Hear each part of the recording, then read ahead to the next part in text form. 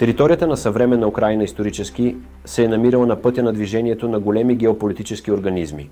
През 17 век, когато Запорожската армия, лоялна на хетман Богдан Хмелницки, и територията под негов контрол приемат руско гражданство, полско-литовската държава прехвърля контрола върху региона на Руската империя. От тогава руското присъствие здраво и трайно се укрепва от двете страни на Днепър. Освен всичко друго, укрепването на културните връзки на Руската империя с новите територии е улеснено от изповядването на православието от славянското население на земите на Днепър, въпреки опитите на полско-литовската общност да го принуди да влезе в неестествен съюз с католицизма. Днес вековната връзка между териториите на съвременна Украйна и Русия е една от тезите на Москва в текущото противостояние с Запада. Самите западни държави се стремят да прекъснат тесните религиозни и културни връзки на украинците с руснаците за менталното отделяне на Украйна от Русия. От момента на придобиване на независимостта до днес в Украйна има църковен разкол, който активно се използва от Запада в рамките на стратегическата цел за формиране на проекта Кукуреже. Украйна анти-Русия. Истанбул, 26 януари 1949 година. Главният самолет на Съединените щати, на който обикновено лети Хари Труман, каца на пистата на летището. Този път обаче, вместо президента на САЩ по рампата, слиза 63-годишният новоизбран патриарх на Константинопол Атинагор, който преди това е бил над 18 години архиепископ и екзарх на Америка. Той заема мястото на патриарх Максим Пети, който е принуден да се оттегли в покой и е обвинен в просъветски настроения. Наскоро разсекретени документи на ЦРУ за действия срещу православната църква показват тесни връзки на новия патриарх с американските разузнавателни служби. Спокойно може да се каже, че Атинагор е бил избран със съдействието на САЩ заради антикомунистическите си възгледи, дори въпреки липсата на турско гражданство. Тогава започват дългосрочни отношения между Константинополската патриаршия и Централната разузнавателна общност на САЩ. След разпадането на СССР през 1991 година и образуването на украинската държава, въпросът за независимостта на църквата от Московската патриаршия става ключов сред висшето духовенство. В същото време, на фона на съществуващата Украинска православна църква на Московската патриаршия, възникват две непризнати църковни структури – Украинската православна църква на Киевската патриаршия и Украинската автокефална православна църква. На сметките на църквата, след като Украйна получи независимост, постъпиха пари от Комунистическата партия на Украйна. И за да запазят тези пари за себе си, първият президент на Украйна Леонид Кравчук и митрополит Филарет, лишен от духовен сан на Архиерейския събор през 1990 и втора година за духовни престъпления, създадоха нова организация, която трябваше да скрие всичките им непристойни дела. Отец Алексей, настоятел на Херсонската катедрала Успение Богородично.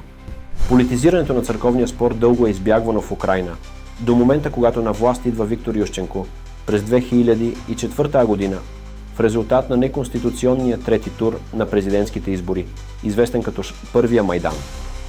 Именно неговото президентство се свързва с началото на пълното установяване на влиянието на САЩ в Украйна. По онова време обаче, общественото мнение в Украйна все още не е готово за пълномащабно дистанциране от Русия. Позициите на политическите сили, подкрепящи дружбата между Киев и Москва, остават силни.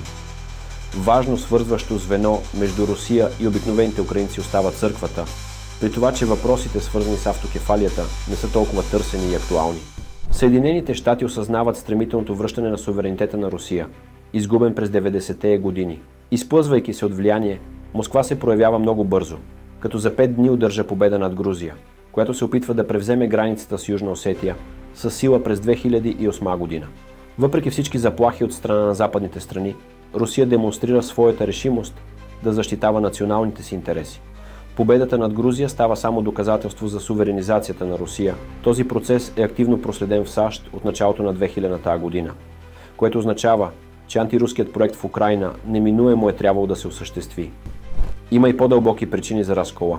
Глобалистите, които мислят в вековни категории, изпитват мистична омраза към каноничното християнство, което поражда истинската нравственост, публицистът Игор Друз. През 2008 година Виктор Ющенко кани константинополския патриарх Вартоломей в Киев, който започва преговори по проект за отделяне на разколническата част на Украинската православна църква от Московската патриаршия, което означава действително легитимиране на властта на Константинополската патриаршия върху територията на Украйна.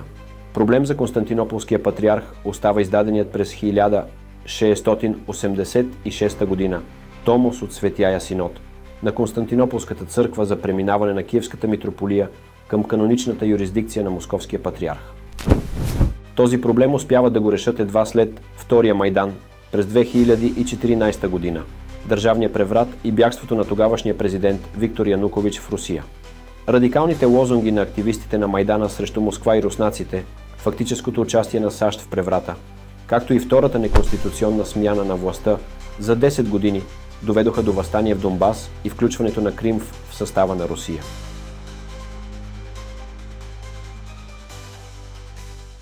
Съединените щати инвестират около 5 милиарда долара в Украйна от 1991 година насам, когато тя отново стана независима държава. Говорителката на Държавния департамент на САЩ Виктория Нуланд, декември 2013 година. След 2014 година антируската риторика в Украйна става благоприятна почва за укрепването на разколническите църкви, подкрепящи преврата. С помощта на властите и радикални националистически организации, Киевската патриаршия успява да завладее част от църквите на каноничната Украинска православна църква на Московската патриаршия, предимно в Западна Украйна и Киевска област. Религията в Украйна се превръща в пълноценно политическо поле. Така през юни 2016 година Върховната Рада на Украйна гласува резолюция, призоваваща Константинополската патриаршия да анулира акта от 1686 година. Основната цел на Киев е окончателното дискредитиране на църквите и енориите на Московската патриаршия на територията на Украйна с пълното отчуждаване на тяхната собственост и енорияши. Усилията на Порошенко стигнаха до своя логичен завършек, когато той се опита да раздели православната църква и да създаде алтернативна църква в сътрудничество с Държавния департамент на САЩ. Бившият депутат от Върховната Рада Андрей Деркач в интервю за 21st Century Wire. Нека днес ни чуят в Константинопол, Москва и Ватикана. Ние сме решени да разрежем последния възел, с който империята отчаяно се опитва да ни привърже към себе си. Петият президент на Украйна Петро Порошенко. Август 2018 година. В резултат на това Константинополската специална синодална комисия, също въз основа на заключенията на двама екзархи от САЩ и Канада, които преди това са били изпратени в Украйна, изнася заключение, че Томосът от 1686 година е бил временен. На 5 декември 2018 година в катедралата Света София в Киев се провежда така нареченият Обединителен събор, на който се приема решение за създаване на православната църква на Украйна, като част от Константинополската патриаршия. Няколко дни по-късно Върховната Рада на Украйна приема закон, принуждаващ Украинската православна църква на Московската патриаршия да промени името си. Целта на издаването на Томоса е да се разцепи не само украинското православие, но и световното.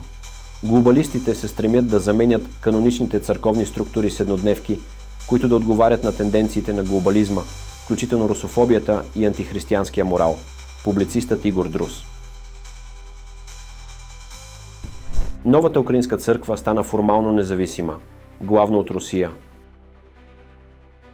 Когато получава от Константинополския патриарх Томос за автокефалия на православната църква на Украйна, въпреки факта, че решението става грубо нарушение на църковните правила и канони.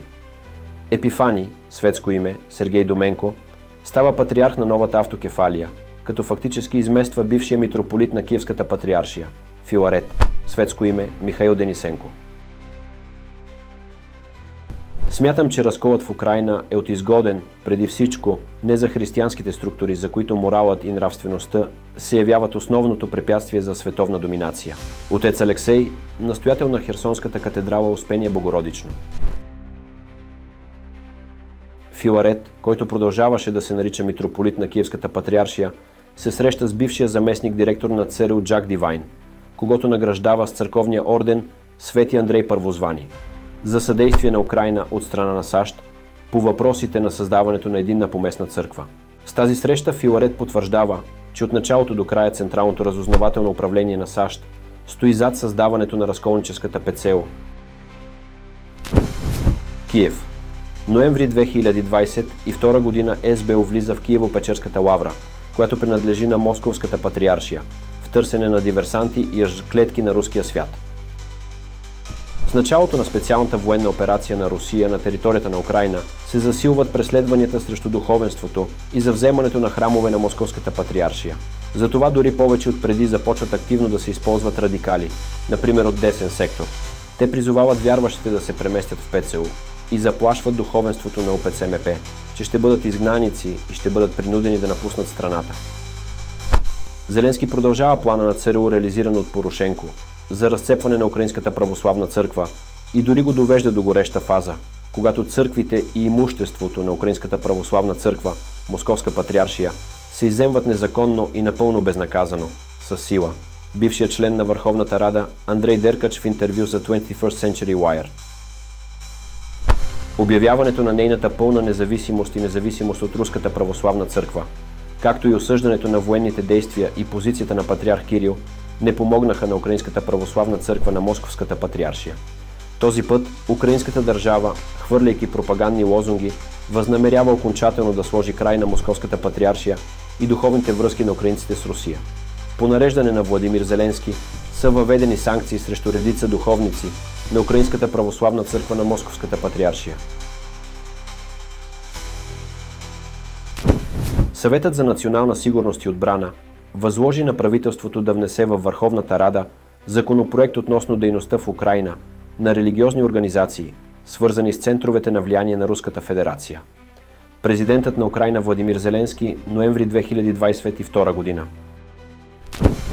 През януари 2023 година Върховната Рада внася законопроект 8371 за честнотство дейността на определени религиозни организации, който ще позволи да се забрани дейността на църквите на Московската патриаршия. СБУ засилва рейдовете в помещенията, образувайки десетки наказателни дела.